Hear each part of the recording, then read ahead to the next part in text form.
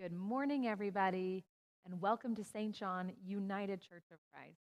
I'm Pastor Jana Myers, and you are joining us for our Sunday morning Sunday school devotion. This week, as with every single week this month, we have been reflecting on lessons and devotions written by our fellow IKC family member, Vince Hamlin. As a member of the Still Speaking Writers Group for the United Church of Christ, you can find Vince's writings on the Daily Devotion website, and you can get there by using the link at the bottom of your screen or the QR code. It will take you right on over to this morning's lesson where you can read along, but there you can also explore all the other pieces that Vince and the many other authors who work with that group have written. It is a plethora of insightful and provocative ideas that should lead us closer, even if maybe uncomfortably, towards God and our faith. So with this month, we have looked at all sorts of different writings of Vince's, and this is our final one. It is published on July 1st of this year, and it is called Company Policy. Vince looks at Jeremiah 10:8 through 10. The instructions given by idols is no better than wood. They are the work of artisans and the hands of goldsmiths. Their clothing is blue and purple, and they are the product of skilled workers. But the Lord is the true God. Vince writes, I'm sorry, that's against our policy. These were the magic words I learned on the first day of a customer service job. Whatever the problem was, I could invoke company policy, and the argument was basically over. My hands are tied. There's nothing I can do. It's policy.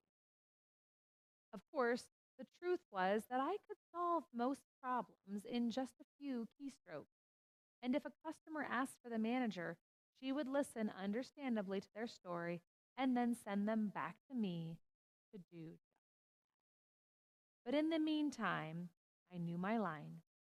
No matter how reasonable their request, no matter how unjust my refusal, it was policy. Policies are something we create and then pretend they have power over us. There's a Bible word for that. It's idolatry. Jeremiah points up the distinction. Idols are the product of skilled workers, but the Lord is the true God. Idols are the God we make, but the God who makes us is the one with real power. Bad news for my customer service career. If policies were true God, I could follow them blindly and not have to ask the thornier question of right and wrong. But God is true God. So when policies conflict with, say, love, justice, I've got a choice to make. Who will I serve?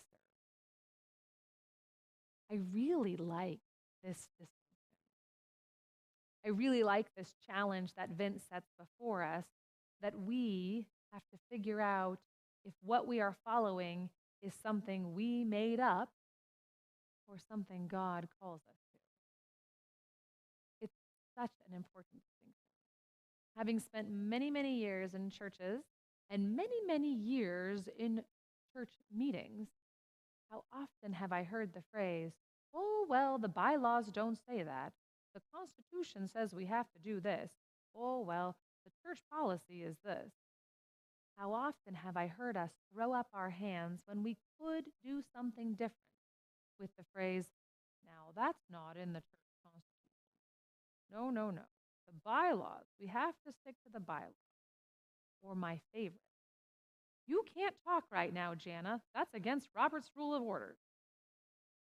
Well, as it happens, I do talk, even if it's against Robert's Rules of Order. Because sometimes things need to be said. Sometimes things need to be done even when they're against it, even when it's not the rule, even and the Constitution doesn't say it. Which is why I think something that we do here at St. John is worth you knowing about, and you probably don't. It's a really cool thing that I have never seen another church do. And in fact, it's happening right now. In the Constitution, back in 2020, a very small line was changed. The Constitution had been reviewed and reworked in, I think, 1990s. And they had put at the bottom, the very last page, this Constitution should be regularly reviewed and updated, period. Well, 2020 came around and we figured maybe we should review it and update it and look around. And we did. Everybody sat down and over donuts and coffee over a couple of Saturdays poured through the rules that we try to agree on to help us do the best we can. And then a teeny tiny change was made at the very end that you probably never noticed. Not only did it say this Constitution should be reviewed and updated regularly, it was changed to this Constitution should be reviewed every 3 years and updated as necessary.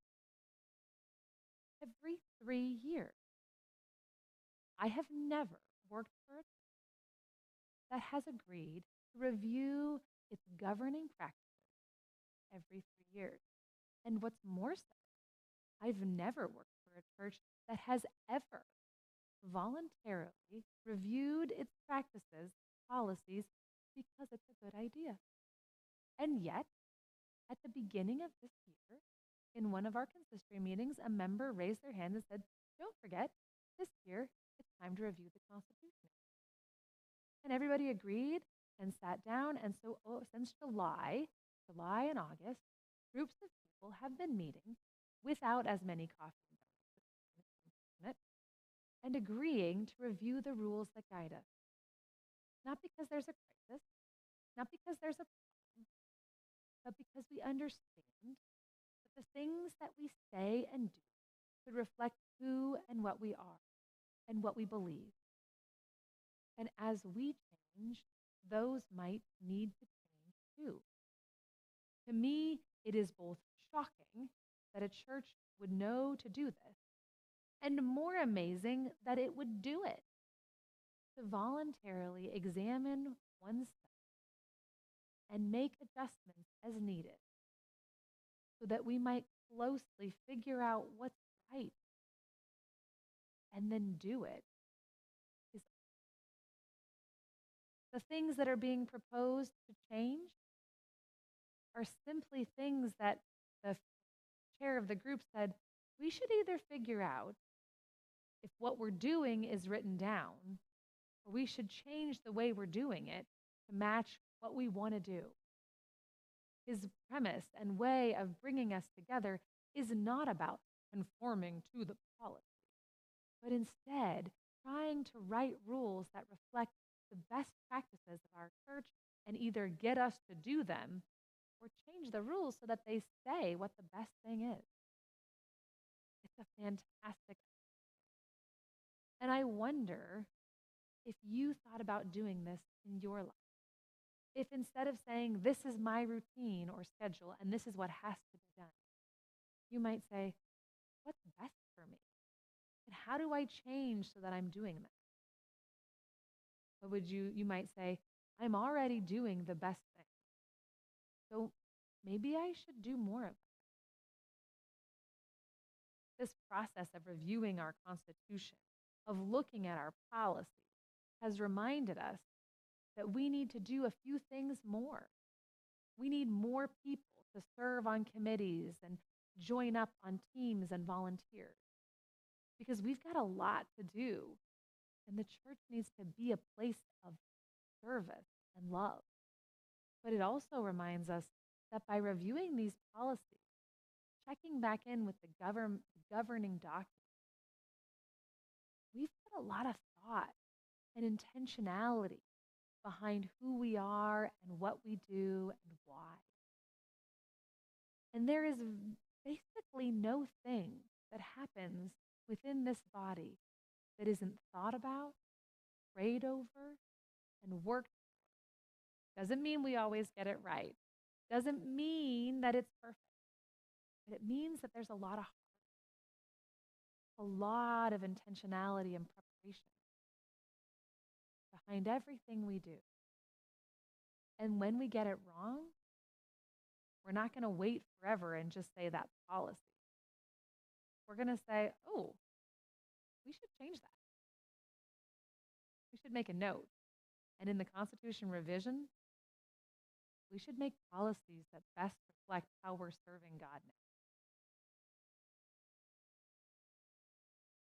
This is not a question of right or wrong, of saying, I'm right and everything should change. It's a question of discernment, of how to know when something's right and something's wrong. And realizing that when something's wrong, you have the power to change it. Maybe this is just my long-winded plug to get you on the Constitution Reform Committee in 3 years. But what's more likely, this is me asking you to look at the ways that you structure your life. The things you throw up and say, I can't fix that. That's just the way it is. These are the policies I live by. And realize you can review those. You can grab a pen and change those. You are not stuck with these rules. You wrote them. Erase them. For God calls you to live in a place filled with pencils and erasers.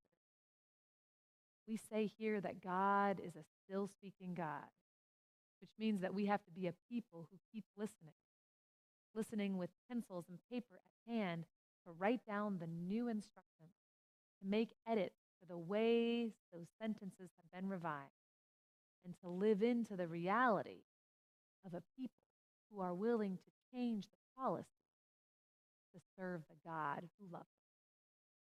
Let's pray together. True God, instruct me in your policy that I might do my work today with integrity. Well, scribes and Constitution revisers, I hope that you will come with your eyes open, pencils ready, and hearts blazing for our worship this morning, so that you might find what feeds you, and then gently, but honestly share with us what needs changing, so that you might find a truer and fuller revelation of God today and in the days ahead. I'll see you right back here at 10.